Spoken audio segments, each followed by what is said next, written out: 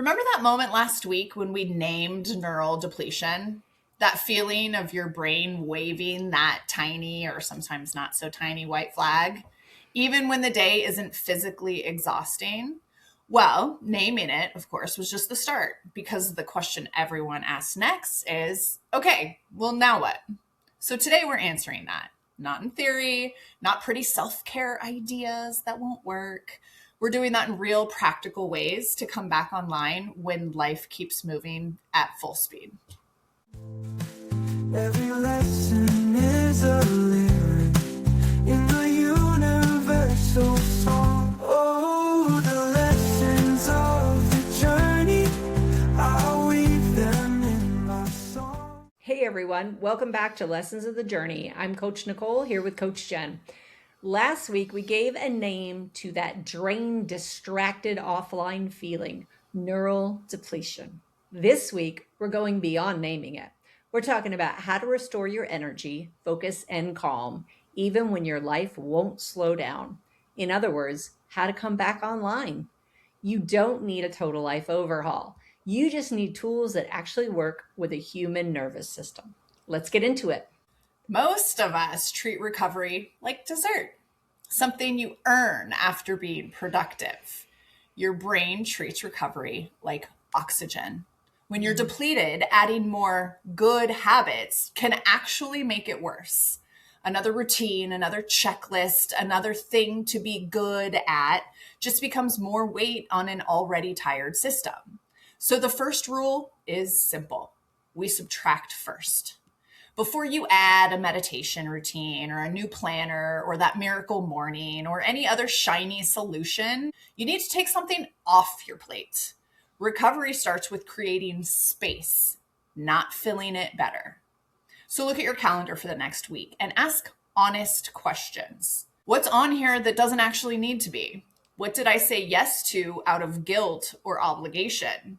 What meeting could be an email or disappear entirely? What task could be delegated, delayed, or done good enough? Think of your week like a closet that's too full. You don't buy more hangers, you take stuff out. Examples might be that committee you joined at the kids' school because you felt bad saying no, the group chat that quietly steals your evenings, the recurring meeting that could literally be just a voice memo, the favor that turned into a lifetime subscription. We start small. One thing. I know it feels scary.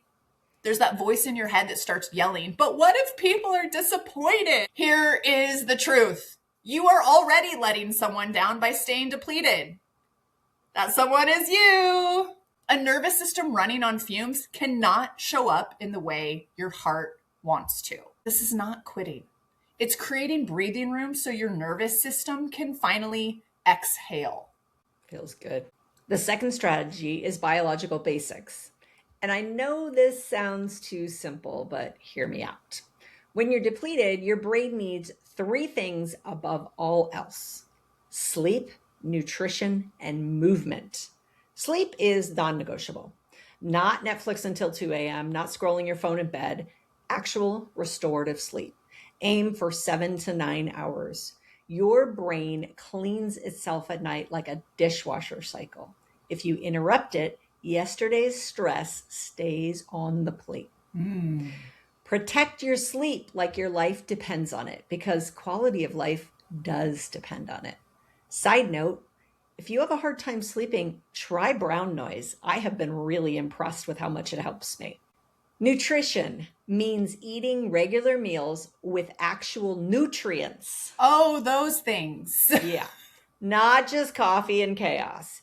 Your brain needs fuel. It needs protein, healthy fats, complex carbs. You can't think clearly when you're running on empty. Your brain is 2% of your body weight and uses 20% of your energy. Coffee and vibes aren't fuel. Damn it. Neither is a toaster waffle. Let's get ourselves some protein in the morning. And lastly, movement. This is not punishment exercise, but joyful movement. A walk outside, dancing in your kitchen, stretching, anything that gets you out of your head and into your body. Movement regulates your nervous system and clears mental fog. Even a 10-minute walk changes blood flow to the thinking part of the brain. You don't have to do CrossFit. You can, but you don't have to. You need circulation. These aren't luxuries. These are basic requirements for your brain to function. And if you're thinking, I don't have time for that, you're proving exactly why you're depleted. Yeah, we're talking to you. Yep. Yeah. I don't have time for that. What? Guess who needs it the most? Yep. Let's take a look at calming the nervous system. When you're depleted, your body thinks it's an actual danger. That's why simple things feel huge. So before planners and goals, calm the system. So here are some practices that actually work. We can do deep breathing. And I don't mean just take a deep breath. I mean intentional breath work. You can try box breathing. And we've talked about this before. That's inhale for 4 counts, hold for 4, exhale for 4, hold for 4. Do that for 2 minutes, and you will literally shift your nervous system out of fight or flight. Some people will claim they don't have 2 minutes. We can do this. There's also bilateral stimulation. This is anything that crosses the midline of your body.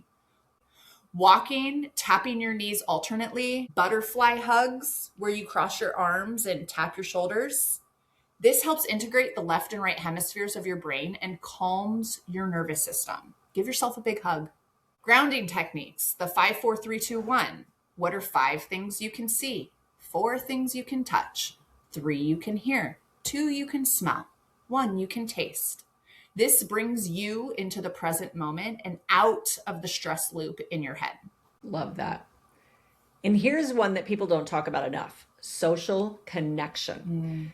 Not surface level interaction, but genuine connection with safe people. Laughter with a friend, a hug that lasts more than 3 seconds, sharing your truth with someone who sees you. Connection is medicine for a depleted nervous system. The other piece I want to mention is rest, real rest, not just sleep, but practices like yoga nidra, meditation, sitting in silence, staring out a window without your phone, just sitting out in nature. Your brain needs periods of non-doing to consolidate, process, and restore. I know these might sound simple or even too easy, but that's the point. Recovery doesn't have to be complicated. It has to be consistent. Ooh, let's rename rest. I love non-doing, Yes. Nicole. What are you doing? I'm non-doing. Yeah, I'm not doing. I'm not doing. That doesn't feel lazy. That feels like active non-doing. What are you doing? I'm not doing. I love it. Let's do that. Let's normalize what rest actually looks like. Rest is staring out a window, folding laundry without a podcast. That's okay. Take a break from us. We give you full permission. Sitting in the car after work. Boring is the medicine. Your brain processes life when nothing impressive is happening. I would love to be bored more often. That's my goal, to be bored. What happened in our society? I was so bored as a kid. And we don't do that. For whatever reason, my generation is like, no, I must entertain my kids at all costs. One day I was like, go outside. I'm bored. Good. Go figure it out. Solve some problem. All of the things in life came from somebody being bored, and they figured it out. You know, Nicole and I love our calendars, but truthfully, it looks like most calendars are built for robots as time slots sit on top of each other. First, time blocking with white space. Don't just schedule your commitments, schedule your recovery too. I literally put rest on my calendar like it's an appointment. I block off time for lunch, for walks, for doing nothing. Because if it's not on the calendar, it doesn't exist. And here's the key. White space isn't wasted space. White space is where integration happens. It's where creativity emerges. It's where you process everything you've been consuming. Schedule at least 15 to 30 minutes of unstructured time every day. Second, use the 80% rule. Only schedule 80% of your available time. Why? Because we know life happens. Unexpected things come up. If you schedule every minute of every day, you have no buffer for the inevitable chaos. That missing 20% is your cushion. It's your breathing room. And third, energy management over time management. So stop scheduling based on what time of day it is and start scheduling based on when you have energy for different types of tasks. That's it right there. Your available time is not just all the white time in your calendar. It's when are you at your best? And Yeah. what is your personal ability? As I've gotten older and as I'm going through menopause, my bandwidth for things has shrunk. I have to honor and respect that if I want to stay in balance. So I just love that you said that. Yeah. Yeah. You know, if you're the sharpest in the morning, do your deep work then. If you feel more social in the afternoon, schedule your meetings for then. Work with your natural rhythms, not against them. And guess what? You get to control the narrative on that. You can say, hey, I'm available at 11 or 2 based on who you are. You get to create that. You open up your calendar when you're available. And this one's big. You need to protect your transition times. Do not go from one thing directly into another without buffer. Build in 5 or 10 minutes between commitments to close the loop on what you just did and prepare for what's next. We need to close the loop. So that prevents the overload we talked about last week. The last scheduling strategy is to batch similar tasks. Instead of context switching all day, you can group similar activities together. Answer all your emails in one block. Make all of your calls in another block. Do all of your creative work in another. Batching reduces the cognitive load of constantly switching gears. If you book every minute, life becomes an emergency. Treat yourself like a human with seasons inside of a single day. That's a great idea. And we all need our winter rest season. Boundaries sound fancy, but they're just energy math.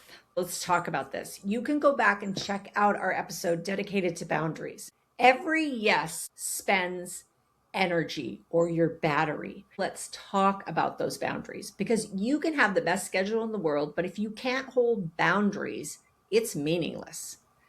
Keep in mind, boundaries are not walls. They're not about keeping people out. They're about protecting what matters most so you can show up fully for what and who you care about. When you're depleted, you don't have boundaries. You have resentment. So let's practice boundary setting language. This is a good one. I'd love to help, but I don't have the capacity right now. No one can argue with, I don't have the capacity. Yeah. That doesn't work for me, but here's what does. That is my favorite. I love that. Yes, that is such a good one. I need to check my calendar and get back to you. I love this one because this goes into the give yourself a buffer before you say yes. Because once you check your calendar, you might go, yeah, I don't think I want to say yes. Or they might figure it out in the meantime. I need some time to think about that before I commit. Good one. No one can argue with that. You need some time. Notice how none of those are long explanations or apologies. You don't owe people an explanation for your no. No is a complete sentence. But if you need a reason because it doesn't work for me, is enough. Boundaries also mean technology boundaries. Turn off notifications. We talked about this in the last episode. Set specific times to check email and social media instead of being on demand all day. Put your phone in another room when you're with your family. Use do not disturb liberally. And here's a boundary that changed everything for me. I don't respond to non-urgent messages after 7 p.m. or on weekends unless I want to. My rest time is sacred. Your emergency is not my crisis. That might sound harsh, but it's necessary. Boundaries with yourself are just as important.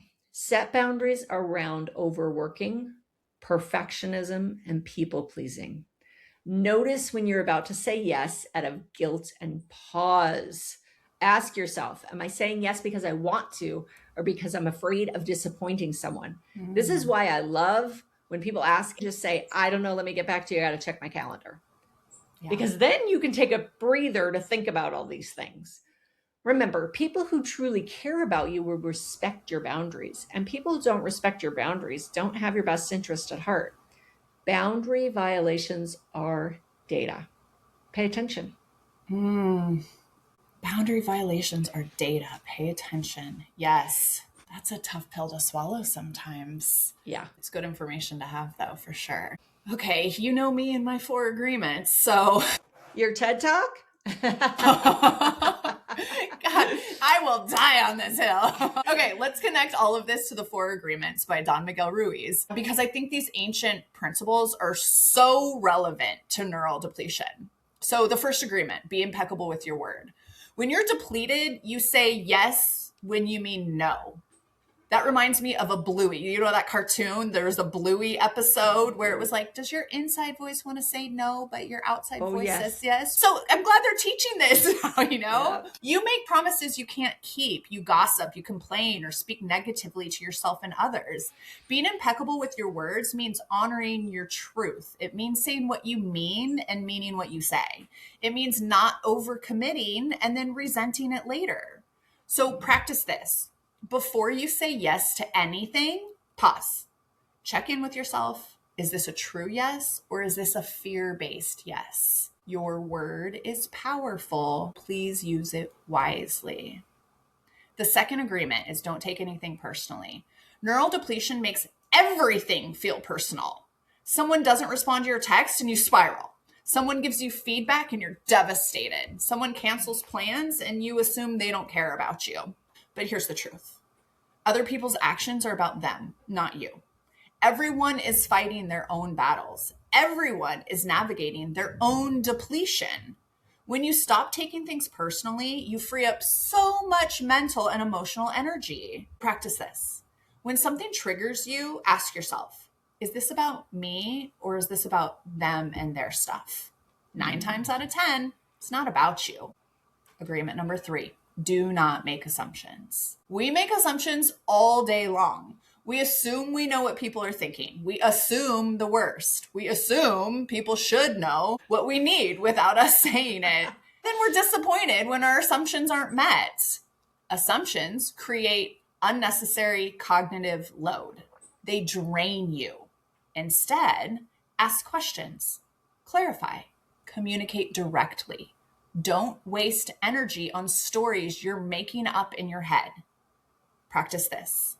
Notice when you're assuming. Catch yourself and replace it with curiosity. Brene Brown says this, the story I'm telling myself is this even true? Great ways to practice the agreements. Then there's the 4th agreement, always do your best. Here's the piece people miss. Your best changes day by day. Your best when you're well rested is different from your best when you're depleted. Your best when you're healthy is different from your best when you're sick. So many of us hold ourselves to the standard of our best day on our worst day. And that's a recipe for depletion and self-judgment. Doing your best doesn't mean doing everything. It means doing what you can with what you have in the moment. Practice this. At the end of each day, instead of focusing on what you didn't do, acknowledge what you did do. Today, my best looked like getting out of bed, feeding myself, and being kind to one person. Some days that is enough. Mm-hmm. The 4 agreements are essentially a framework for reducing unnecessary suffering and mental load. And when you're trying to recover from neural depletion, reducing unnecessary suffering is everything. Everything. Yes. I also want to add a bonus agreement that's relevant here. Be skeptical, but learn to listen. Mm-hmm. Question the beliefs and stories that are driving your depletion. I have to do it all, or I can't disappoint people, or rest is lazy. My worth is tied to my productivity. These are stories. They're not truths. And you have the power to rewrite them. Listen to what your body and nervous system are telling you. Listen to the wisdom that says, slow down, rest. You're enough just as you are. When you align your life with these agreements, you're not just preventing depletion, you're creating a foundation for sustainable well-being. You're choosing peace over performance. And let's be honest, that's revolutionary. I tell ya, it's the hill I will die on. Yes. So powerful. It's made all of the difference in my life. I think in the last episode, you heard me say, I did that in my Yeah. past life. These agreements changed my life. You just got to have a plan going in, a concrete action plan. These are the steps you can take starting today, right now, not tomorrow, not next week. You can do this now. Step 1, assess your current state. On a scale of 1 to 10, where are you? Be honest and write it down. This is just for you.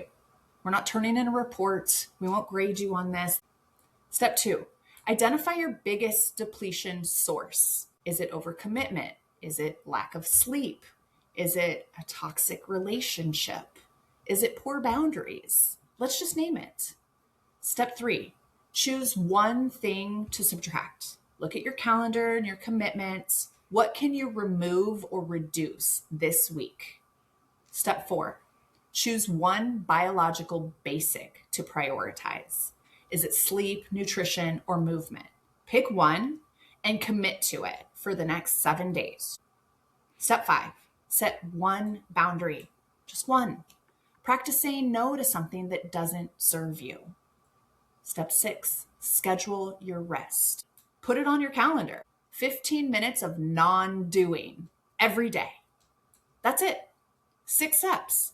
You don't have to overhaul your whole life. You just have to take the next right step. Then the next one after that. Then the next one after that. Recovery from neural depletion is not linear. You'll have good days. You'll have hard days. You'll slip back into old patterns and you'll have to course correct. That's normal. It's human. The key is to keep coming back to the practices, keep honoring your needs, and keep choosing yourself. So good. Jen, tell me what some of your takeaways are from today. Well, not like I didn't know it, but the 4 agreements rule all. That's what I They're just so practical. It can literally apply to every part of your life. And what I'm learning from this series is now that we have a name, neural depletion, it's the thing that I've been feeling my entire life in different forms, but just thought that this is the human life, this is the struggle, and there's something wrong with me because other people seem to do it better or can handle it differently. And I love the subtract first. We go, oh, I need to fix something. I need to meditate more. I need to schedule that yoga class. I need to put a massage on my calendar. Yeah. Instead of, how about put 15 minutes of rest and stare out a window? What? Subtract first. It's novel. Why didn't I think of that? Take something away to open up that white space. I love these tools. It's so practical. And as a mom of 3 boys, I'm like, give me practical. What is one thing I can do right now? Yeah, I like that subtract first. I love how the 4 agreements just make everything better. I love the tools that we talked about today. I love that you can just start with one thing that will really make a difference in your life. That's important. That gives you the ability to move or shift now. I agree with you. I think the conversation around boundaries is really important. And I love the conversation around the energy you have, the true available time, and what do you actually have and what's realistic for you. Because if you can live within the realistic, you're going to set yourself up for more success than disappointment. And I love that conversation. And I think about some of the sayings that we said, that doesn't work for me, but here's what does. Even if you don't say no right away, don't say yes right away. Yes. Because we talk about no is a complete sentence, but I know for some people it's tough. So just don't say yes. Just don't say yes. Don't say yes. Just give it a minute and see what happens. Yeah. That's what I think is important. Yeah. Those phrases are so great. They give you that pause that you wouldn't normally allow yourself to take. Yes. If you're having a tough time incorporating rest into your life, put it in your calendar. Just pick your favorite color and make that the rest time. You're going to start seeing that in your calendar and you're going to honor that and respect it, especially if it's your favorite color, because that always draws your eyes. I love the idea of putting it in your calendar. Yeah, so that's good. You and I as coaches, we don't go back to back. I take 30 minutes in between sessions. I got to get stuff on paper. There's stuff to do. I got to eat something. Yeah. We're going to have a little drink some water. We really do. When we said earlier, you got to close the loop. That is so true, because you can't take the energy from one session into another. If you think about life, you can't take the energy from one thing into the next. But we do it all the time. Yeah. And we're paying the tax on it. That you and I, we cannot literally, when you're coaching and you're working with different individuals, you've got to let go of that energy and bring a fresh space to everyone you connect with. All right, let's go into our questions. Would you like to go first, Jen? I mean, I always would like to go first. Would you like to go first, Nicole? Yeah, Okay. I'm so interested in this answer. Okay. What's the first thing you notice about someone after first meeting them? The first thing I notice about people when I meet them, I would say the structure of someone's face and how their mouth moves when they talk. And what's funny is I don't know anything about it, but I know one side of the face represents your business side and one side represents your personal side. I do the same thing with people's bodies too. I know how everyone walks. Like I could see you from afar and I'm blind from afar and I'd go, that's so-and-so because I know how they walk. I watch things very closely, details of faces. I think that's what I notice most when I meet people. But the other thing I notice is how they treat other people while we're talking. Oh, okay. I'm watching your face. So if I'm talking to you and you're always looking somewhere else, like if I do that to somebody, I will stop and say, I apologize. I'm looking for so-and-so because I need to tell her something. Because I hate that. Oh, I'm just looking for somebody better to talk to. Yeah. I'm always trying to read people's faces. Yeah, that's probably what I would say. Face structure. Because I think people are fascinating because we're all so different. And like even how we move our mouths when we talk. And yeah. People are fascinating to me. Yeah, they are. I don't know if that's what your question meant, but that's what I noticed. Yeah. Okay, my question for you is how many broken bones have you had in your life? My elbow, which I still have a scar from when I was 3. Did you chip it? No. Okay, so my mom ran an in-home daycare. And it was raining outside. So we pulled some of the outside play stuff in. I remember I was in the living room. I think there were 3 of us around the same age. We were jumping off of one of those little play school plastic picnic tables. And it doesn't make any sense to me. This is what happened. It's my turn to jump. And I go, oh, I need to go to the bathroom. Instead of jumping and going, I turned around and said, I need to get off because I need to go to the bathroom. But the little boy behind me was like, just jump and go. And he pushed me and I landed on my elbow and I went into my mom and I'm like, it hurts. The thing at our house was put peas on it, a bag of frozen peas. Right. So I sat there all day with frozen peas on it. I think I sat for 5 or 6 hours and I was like, I can't move this. At the end of the day, all the kids are gone. And my mom's friend was like, Jan, she hasn't moved. She has not moved. She's 3 or 4. My mom takes me and it's broken. It's like snapped. So I had to get 3 pins in it and I had a big cast for my 4th birthday. Yes, that was my first one and the only one for a long time. Last year I tried jujitsu and those mats are sticky. And on night 1, I broke my pinky toe.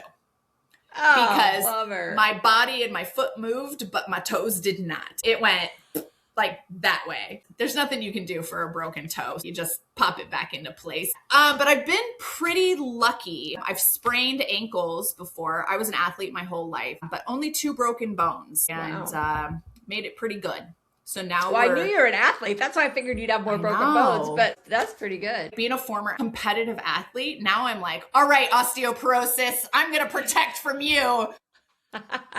How stark of a life difference is that? I was a functioning athlete and now I'm like, I'm building bones so I don't break anything in menopause. Oh my gosh, that's hilarious. All right, before we close, I want to name what might be coming up for you. If you're thinking this makes sense, but how do I actually live this? That's exactly where we want you. Today, we talked about tools, ways to calm your nervous system and come back online. But insight alone doesn't change your life. Structure does. So next week, we're wrapping this series with a very practical final episode. It isn't about becoming a calmer person. It's about creating conditions where calm is possible. Between now and then, don't fix anything. Just notice what costs you energy and what gives it back. That awareness is the first step. If this episode helped, share it with someone who thinks they just need more energy, think they're lazy, because we know they're not and they don't. They need a life that fits with this human nervous system. We'll finish this together next week. Be gentle with yourself. You're not broken. We'll see you later. Bye, everyone. Write your lines with passion. Let your spirit freely roam. The lessons of your journey